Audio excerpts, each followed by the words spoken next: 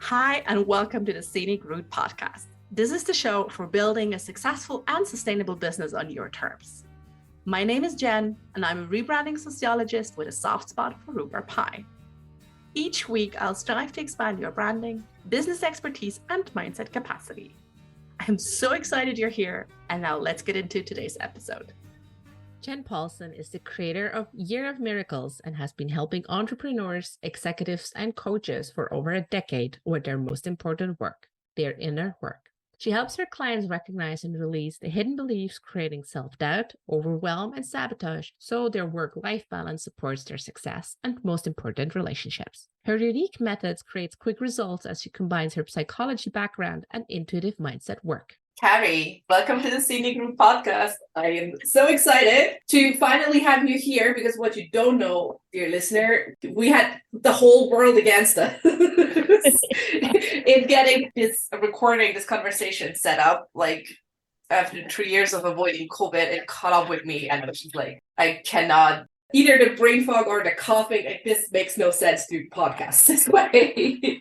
But we're all alive and well now, so Carrie, this is always the first question for anyone who's coming on the show. Can you please briefly walk us through your story so people get to know you, how you started, how you got where you're today? Like, what were your pivotal moments?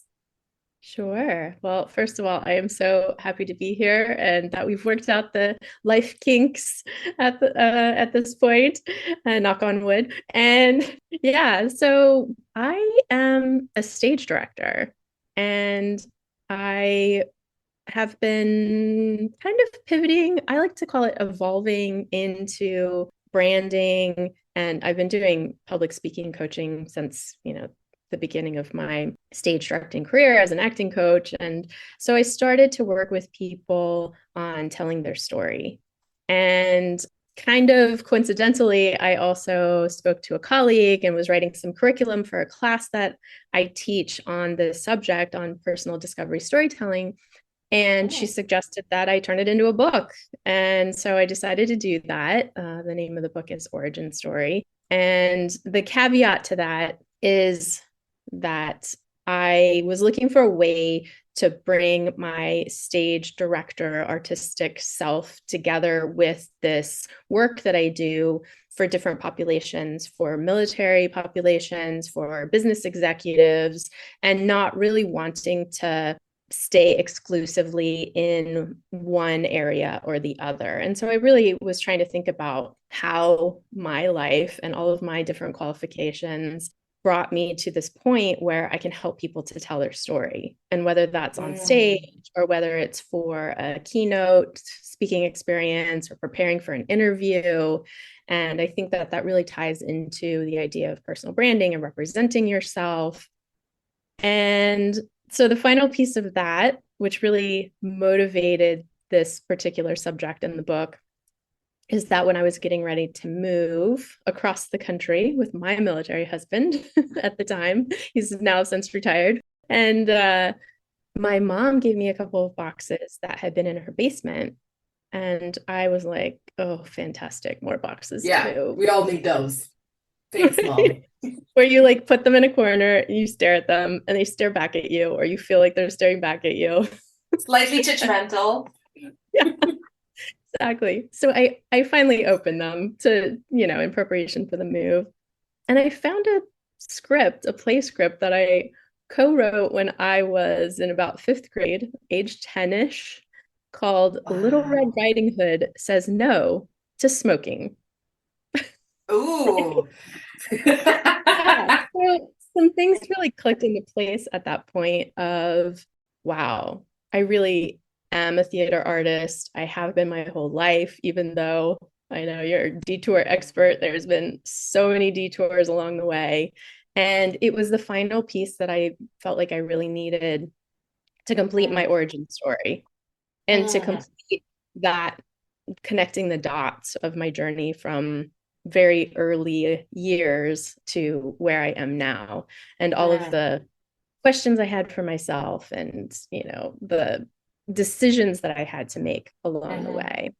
So that's kind of where I'm at in a nutshell at the moment. It's a quickly developing story, if you will. Okay, so like the first question that came to my mind is for anyone who, this is going to be super useful, anyone who is in like copywriting or also like brand and design or any way they have to get the motivation and the reason why people do certain things out of them. So in your experience, when you talk to people about their origin story, what were like the most useful like skills or tools, questions that you had to make people feel like comfortable and safe enough to share their story?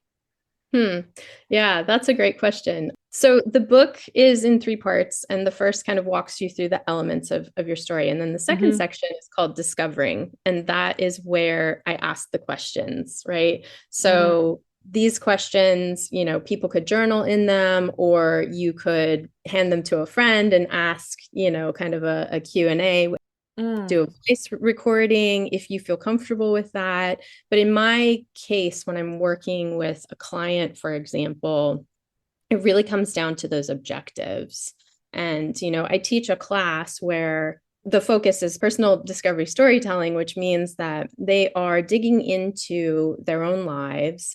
And I say that the 3 required elements are where I came from, where I am today, and where I'm going. Right. So finding that where I came from means different things for different people. It doesn't necessarily mean like going back to your childhood, because some people are like, nope, not going to do that. Yeah, I'm not going to open that box of Pandora. Thank you very much. Right. So it could be just the beginning of your career. It could be a couple of years ago when you started that new degree or something like that. So it's such a personal perspective of where they think their journey might have started.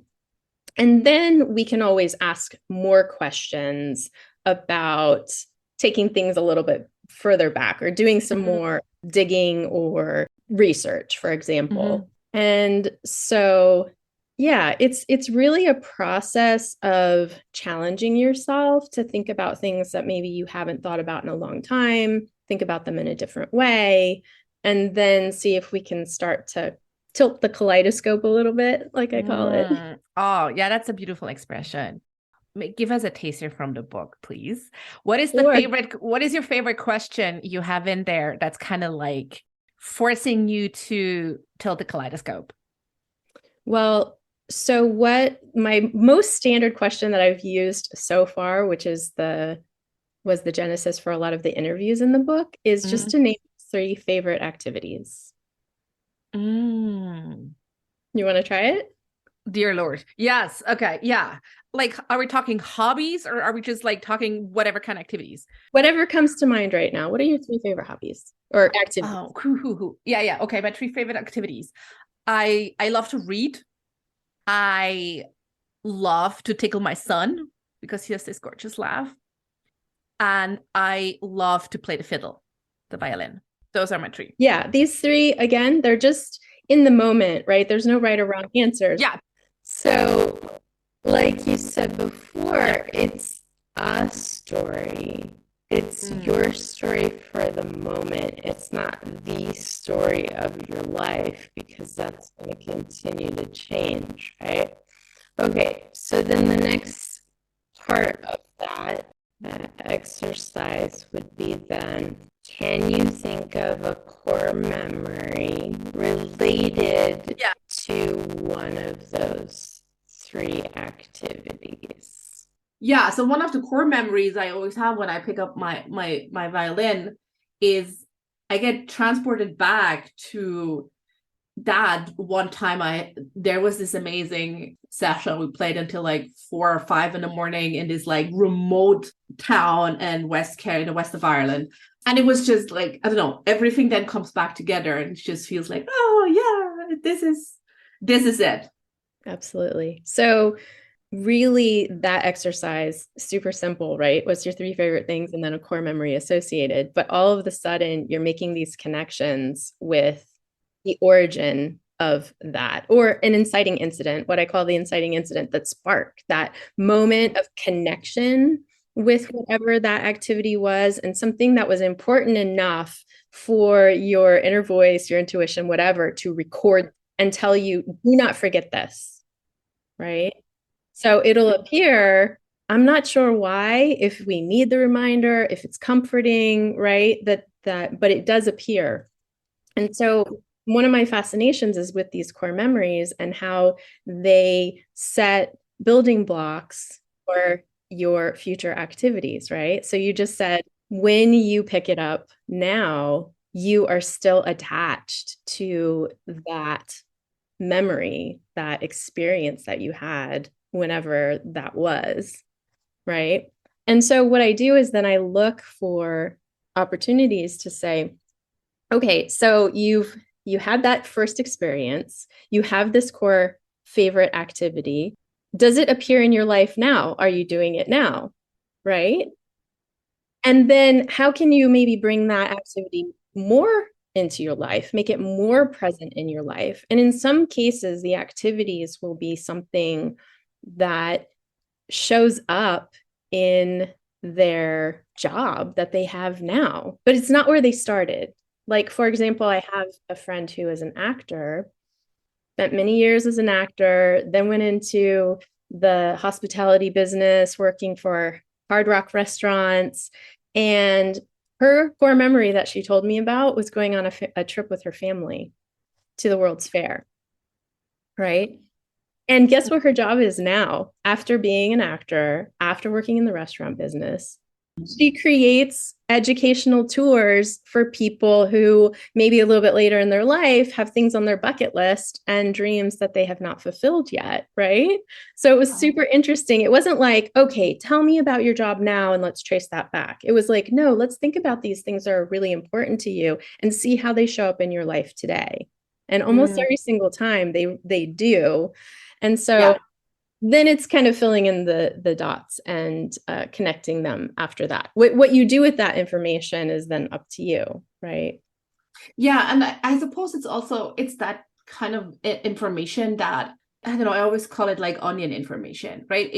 It always reveals like one layer at a time. Whenever that time, like you cannot really control when that time is, but every time you're kind of like look at it, you're like, oh, it does mean something different now. It's like you peeled off a layer and you're like, oh, okay, now it means this to me. Like the deeper you go or you understand yourself. Absolutely. And so we don't know exactly how that's going to show up. I mean, one of my favorite phrases is to say we can't predict the future, we can only prepare, right? So if we allow ourselves to follow these instincts, intuitions, and our interest in these activities, you don't know when it's going to show up, when you might be asked to play violin in a group or, to like do something creative with it. I don't know, maybe you already. Yeah. I'm a really shitty player. So like, this is really just like a fun project. But again, I was also like, how does this show up? And I feel like it shows up, and like I'm trying to bring that sense of community I've experienced. I'm trying to bring this online, like kind of like that experience. And surely, like I'm in a creative space. I'm a creative service provider. Like there's just many forms on how I live creativity for sure. So it kind of does tie in. So that's really interesting. Yeah, I love that. And I assume like there are also like a lot of people where think about their activities and like that they haven't done in a while, or they have enjoyed as a kid. Or we're told that they should focus on other things, right? Oh, yeah. This is not going to make you money. You should focus on something real or whatever. Like, and I love that you say like with time, then you're going to like connect the dots of your origin story. So you have all these questions and you kind of like try to see the pattern that's emerging, and you're connecting the dots, and you then help people to shape their personal brand based on the origin stories that comes through those dots.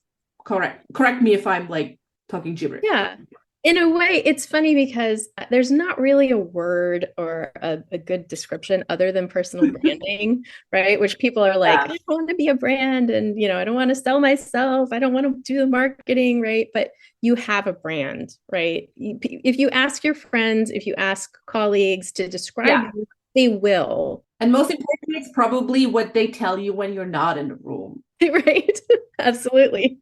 Absolutely. So my goal is to help people to take control of that, right? Yeah. So if music is a passion of yours, to not hide that part of your personality from the other areas of your life, because I think that it's more interesting when these qualities intersect, when you give people the opportunity to know you in multifaceted ways instead of keeping your role as a parent, completely compartmentalized from your professional life, for example, or keeping your interests. Because when you open yourself up, it's balance, right? I'm really working with the notion that so many people feel like something is missing from their life and they're not sure how to figure out what that is. Or maybe you do know what it is, but you're not sure how to incorporate it in larger, more significant ways into your life. And so the first part is to figure out what those things are. And that comes also with some time to consider your values, how you've changed, what your interests are, what the world looks like now. Look at us, here we are. Technology has changed, right? The things that we prepared for and the way our mind has worked in the past is not necessarily going to serve us now, when you might be able to do another podcast interviewing musicians, for example, or there are ways to combine and move forward so that you are pleasing yourself and your own measures of success instead of listening to those other ones, which probably sent you on some detours, and maybe now you're ready to get back on track, right? Yeah, that's the thing, right? I mean, it's so interesting when you said, probably others that sent you on a detour, right? Like your parents who meant well, who thought you should get I don't know, become a doctor or get a law degree or whatever. Yeah. And then they look at me, we're like, now we have a sociologist in the family. What are we going to do now? And all those things. And you're like, well, it's just, I don't know. Right. It's their opinions and then society's opinions, your community, your culture. There's so many layers of that. And they do not help us to figure out what makes us happy, which you've probably known for most of your life, or the signs were there, but maybe you didn't have the opportunity, the resources, the time. There were other priorities, right, that came into that conversation as well. So it's not easy to just follow that straight path from your inciting incident to fulfilling your full potential, if you will. Yeah, absolutely. I mean, in your experience when you're working with clients, when is that pivotal moment? What kind of star constellations or planet constellations are coming together when they're realizing, oh, let's call it nickel, that something is yeah. When does that become so strong that they're okay, we gotta, is it really that the question of I feel I'm missing something? Is this it? A place of dissatisfaction? Yeah. So that chapter in the book is called Stormy Weather. Love it. Right? When the storm's building, right? So you have some choices. You can kind of pay attention and be like, I'm going to avoid that storm. Let's deal with not gonna address the storm right now. Thank you. Yeah, you can ignore it and just deal with the consequences, right? But it is that rising tension that that getting to a point where you feel like you have to make a decision or you really want to make a decision.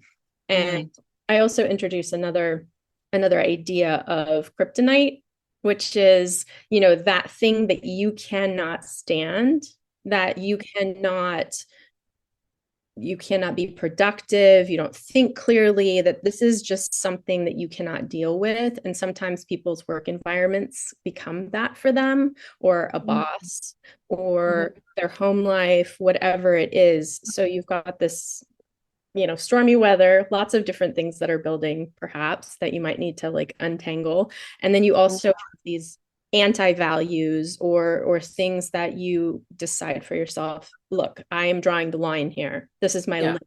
I'm not going to work with these types of people in these types of situations, or I'm going to put myself first, in these ways, right? Yeah. And so that, I think those are the signs, but we don't always listen to them right away. It sometimes takes a long time to untangle because we've gotten ourselves very tangled up in our own lives, right? Oh, I can't make that change. I can't move to that other city because of these reasons. I can't, say no to that job because of these reasons. I can't change my career because of these reasons, right? So you have to get yourself to a point where you make a decision about what that future possibility is. And I think that sometimes identifying your origin story or identifying the authentic desires that you have had can really help to clarify that goal for the future. Yeah, I agree. And especially it can help you remember, like, I feel for a lot of people, like I can't do this because of, or like, it has a lot to do with they need space first to kind of like change into the personality, into the character of the person who does those kinds of things. Yeah. Right? To become the person who moves cross country for whatever kind of reason, or the person who quits corporate to pursue their jewelry business, whatever. And like that, for a lot of those people, it just takes time. Yeah. Because we don't know how does she do things. So going back to your origin story is a really cool way to kind of like approach this, of being like coming back to those identities you had or that are still with you. Be like, hey, I am actually that person. Yeah. Was it kind of like all along, and kind of remember again? Yeah. Well, and it took probably decades for you to get tangled up, right? So it's not going to happen overnight. Yeah, that's true. But we always have unrealistic expectations.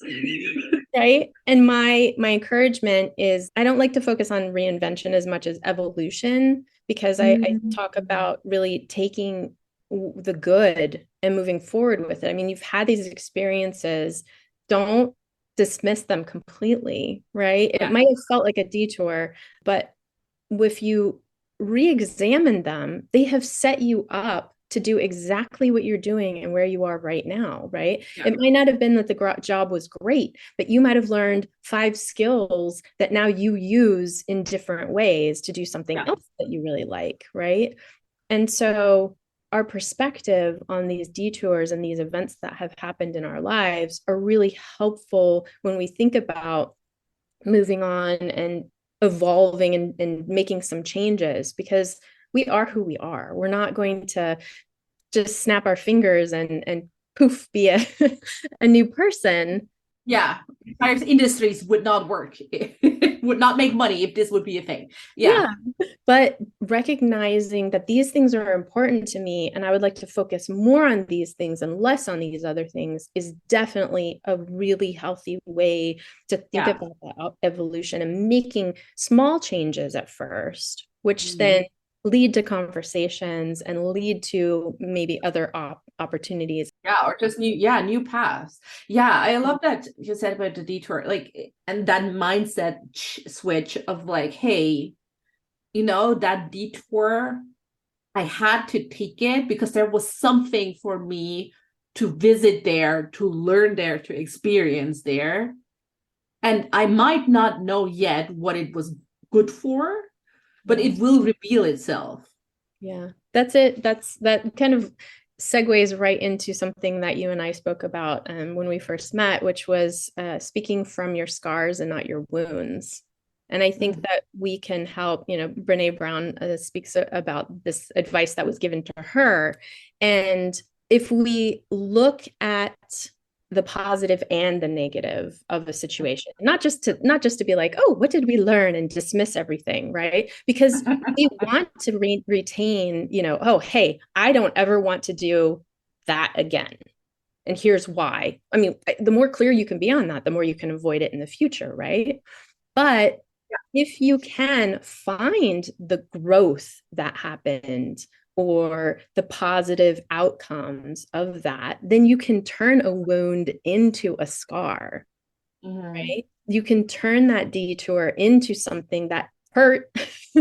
There's a mark there, but that you're not suffering from it because you recognize how it has helped you to get to where you are today. Yeah, you healed, you let the wound heal. And I don't know, I think it was also like, I'm sure Glenn Doyle also talked about it at some point. This is like really interesting when you look at it from like, a lot of us are service providers, and I also like, I know a lot of people listening are coaches and healers and in the healing business, and it's always interesting, like you, like that saying, right? Like you preach from the scar and not from the wound. Like you have to kind of like let it heal first, right? And then from a place where it has healed and not of like of a place of raw pain, you're gonna share your story, right? And then like having some time, having the crucial element of time between that to kind of like let it heal and let it become a scar. Yeah. And that brings me to another interesting question, because we have talked about like origin stories and like detours. So I'm sure you have a pretty interesting concept or idea of time, in the sense of, like, as you said, like we're so impatient. We always want to, it took us years to get ourselves into this tangled web of identities. And now we're like, okay, I see my dots. I got my origin story. I want to be untangled now. Thank you. Like, how do you approach that? Well, I think that it's a constant evolving process, right? Because time continues and our story continues to renew itself and reveal itself, right? When I made decisions when I was going to college, for example, and the college I went to did not have a theater program, not a minor, not a major, neither. So, I don't know if that was conscious or subconscious of like, put that away. That's not something serious, right?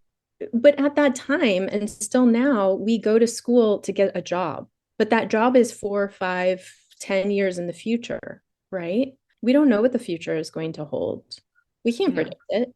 So why not encourage people to be more in the moment and follow their instincts and follow their interests? Because that is going to lead you to happiness and a job in the future. Because, for example, I work as a theater professor in a bakery.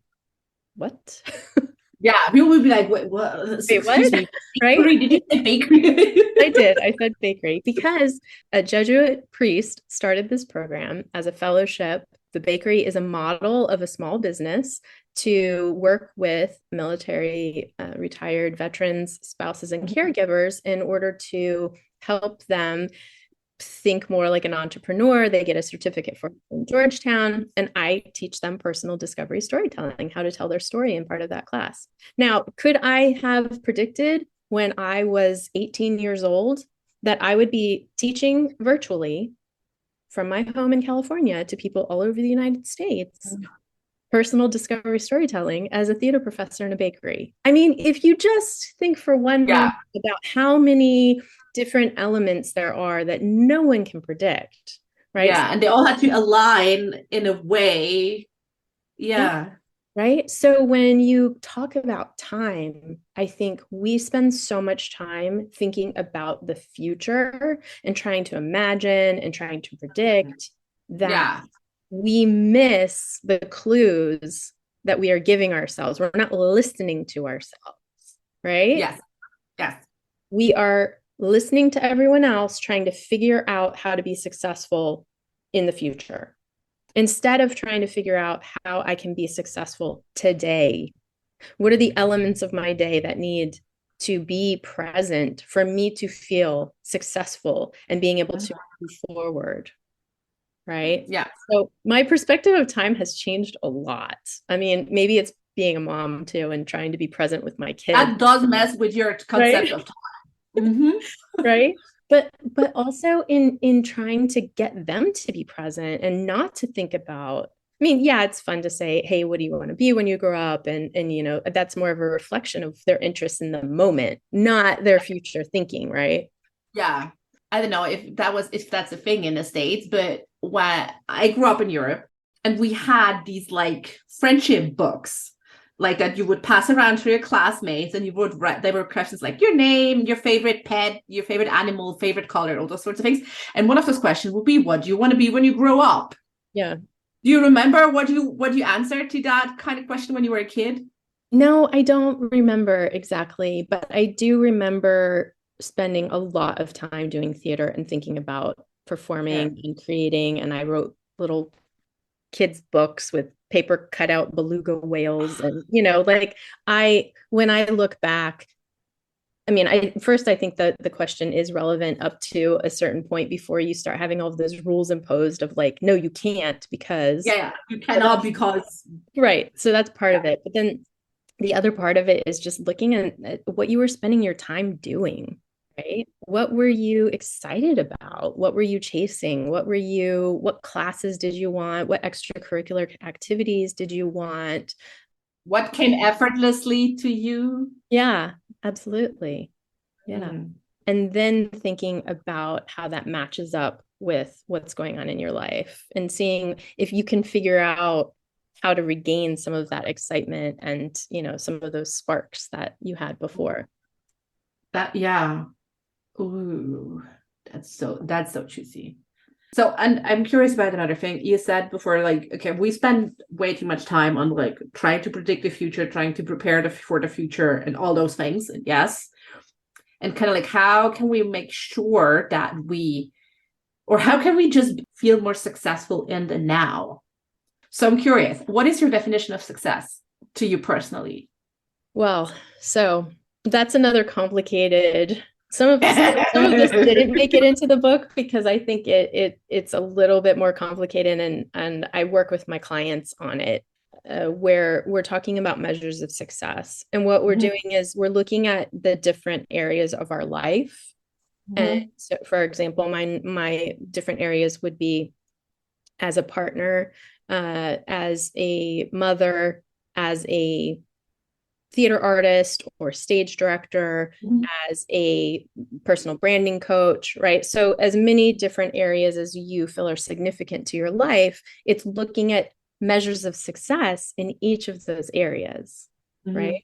So what you want to do is you want to look at those measures of success in each area, but you also want to look at those measures of success to make sure that they're coming from you and not somebody else, or not. Yes, they're really your KPIs and not the things you think you should be doing or should be having to be successful. Exactly. So where are those ideas coming from? Are they coming from your family? Were they coming from the way you were brought up, from your parents? Or are they actually what you believe to be measures of success in your own categories, right? And then what you have to do is remind yourself in those moments where like imposter syndrome shows up or something else, because you're only concentrating on the one area. For me, stage director, for example, I can easily look and say, oh, but my colleagues are artistic directors here and they're directing on Broadway over here, and I'm not doing that, right? And yet I have 3 or 4 other major categories of competing interests that also have measures of success. I cannot just focus on one, because then the measures of success in the others will fail. Does that make sense? So like, yes. And it kind of, it's nice that you kind of already segued into my next question, which is like the thing of like, okay, so if we have all these different segments, can we have it all? Can we really have it all? Well, there's a really great video. I think it's Shonda Rhimes's My Year of Saying Yes to Everything. And one of the first things she starts off by saying is like, you can't, if you're going to go to this award ceremony, you're going to miss bedtime, or you might miss a birthday, or you might miss, right? And so again, what I think is that if you are clear about your measures of success, then it's going to help you to make those decisions. Right. So maybe you can't have it all, but you can balance it all, I think, by saying, in this case, I am going to miss this birthday celebration and we will have another one at a couple days later. You know what I mean? That some compromises start to be made. But if you don't know what your measures of success are, then you're constantly going to be feeling like you're failing, because like it's like you're not, whatever you're doing, it's not good enough. Right. Absolutely. Absolutely. And so for a friend of mine who I was coaching recently, she said that, she's an opera singer and she's been doing a lot of commercial work. And she was so excited because she was working on this project and she got to be home for bedtime. And I was like, that is a measure of success. You need to Yeah. write that down, right? And so when you're feeling like, oh, maybe I didn't win that award because I was single and didn't have any kids and other responsibilities that you have in your life, not to judge any of those, but to say you can't compare these apples and oranges, right? Yeah. That your unique circumstances, I think we fall into this trap of thinking that we are just like everyone else, and that in order to be successful in this way, we have to follow these guidelines and these steps. I mean, for example, in the social media world, right? I mean, how many advertisements do you get about these 5 steps to do it this way and these? Yeah. But Right? yeah, like that's why we're doing the scenic route, people. That's why we're doing the scenic route. That thing, those 5 steps will not work. Well, they don't. Yeah, they don't work because you are unique. And guess what?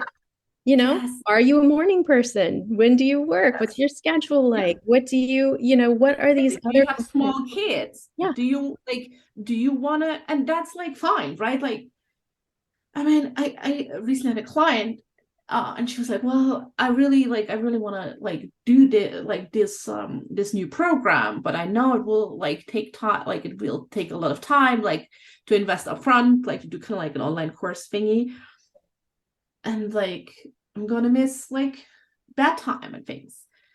And I'm like, yeah, like then again, like ask yourself, like, am I willing to like maybe put the bedtime on the back burner for like a month or two, and can I be present in other ways? Right. Or do I say no, okay, I have to find another way of, this is my like non-negotiable, I want to do bedtime, then maybe it means dropping a client or two so you can free up more time during the day, or like how and I mean you can navigate, and I mean that's a blessing and a curse to some, like you can navigate it as however you want. Yeah. So what you're bringing up is the idea of negatives, right? So you're saying like missing bedtime is a negative, right? And I believe that there are very few actual negative things in our lives, right? So again, measures of success, like, is this one of your measures of success? Then for you, it might be a negative. But if it's someone else's measure of success, then in your situation, your agreement with your family and all of the making the nuts and bolts work, timeshare, right? I look at it as opportunities for my partner, my husband, to spend time with the kids or their grandma or whoever, that this is a positive opportunity for them. And I might feel a little bit guilty about it, but that doesn't make it negative. That doesn't make it a bad thing. It might feel like I'm missing out a little bit, but if I turn it and say, yes, but this is a positive thing for them for these reasons. Yes. Right. Then it changes the perspective on how you're spending your time. Yeah. Oh, such a good point. That I kind of like feel like this is like the one where we're ending our conversation, sadly, like the negative, right? And I just had this conversation with a friend recently, like last week actually. The way you talk about things matters so much. Yeah. And I asked her, look, tell me like 3 things that were amazing or good or about that happened to you last week or you're grateful for. And the first thing she said, oh, my daughter didn't get sick. And I'm like, yeah, but do you see what you're doing? If you're saying my daughter was healthy, my daughter was well, do you feel the different ring to that? Right. And I love that you pointed it out in me, because like my therapist is always like, now can we turn this into a positive? And I'm like, well, yes. And it's speaking from a place of confidence instead of a place of fear, right? Yes. Because the negatives, when we talk to ourselves, and I love that you brought up, self-talk, because the book is about changing and controlling your self narrative, right? Because it starts with the way that we talk to ourselves. Yes, absolutely, 100%. I can't wait for you to read the book. I think you're gonna find I'm excited. Yeah, we're gonna link it in the show notes. When is it coming out? It'll be published in May. So I'm turning in the final draft this weekend. So Yes, awesome. That's amazing. Yeah. Oh my God. I'm popping a virtual coffee for you. Thank you. Oh, okay. Yeah, I'm super excited. We'll link it in the show notes as soon as when you have you can send it to me. We'll link it in the show notes. That this is going to be super excited. I'm definitely going to read that. And I always have one last question, and this is also about reading. What current book are you reading? What book are you currently reading? My English, I swear. Well, I always come back to Stephen Pressfield's The War of Art, not The Art of War, but The War of Art, because, he talks so much about resistance, and he's influenced me quite a bit just in how changing your mind and, it's like people who, don't like to exercise, and they're like, don't give yourself a choice. It's not a choice. You just do. You just move forward, right? And so his thoughts on resistance are really interesting, and always, as I've been kind of pushing to the end of this project, it's been helpful to think about. I can imagine. Yes, I do see that. Yeah. Yeah. Hey, Carrie. So where can people find you online if they want to hang out with you? Where you can be found? Sure. I'm on all social media. Well, I think all. I'm not sure what all means anymore, but the major one at Carrie Klewin, Klewin. And and I have my own website, which needs to be updated because this book is going to change a lot as far as how these projects are. Well, that's a good moment Yeah. to be like, let's address website changes. Absolutely. But you can contact me either through the website or, LinkedIn, Facebook, Instagram, all of those. So perfect. We're going to link all of those in the show notes. So Carrie, thank you so much for talking us through origin story today and for being on the Scenic Route podcast. Thank you so much. Thanks, Jennifer. Thank you so much for listening to the Scenic Route podcast. I hope you've enjoyed today's episode and that you can take something from it that feels right to you. I'd be so grateful if you could share the Scenic Route podcast with others. As always, you can head over to scenicroutepodcast.com to check out all the links and resources from today's episode. Oh, and while you're there, don't forget to download my free email course, Intuitive Branding Invitation, to teach you how you can successfully tune into your own brand frequency and rediscover your brand's unique gifts, strengths, and talents. So thanks again. Talk soon.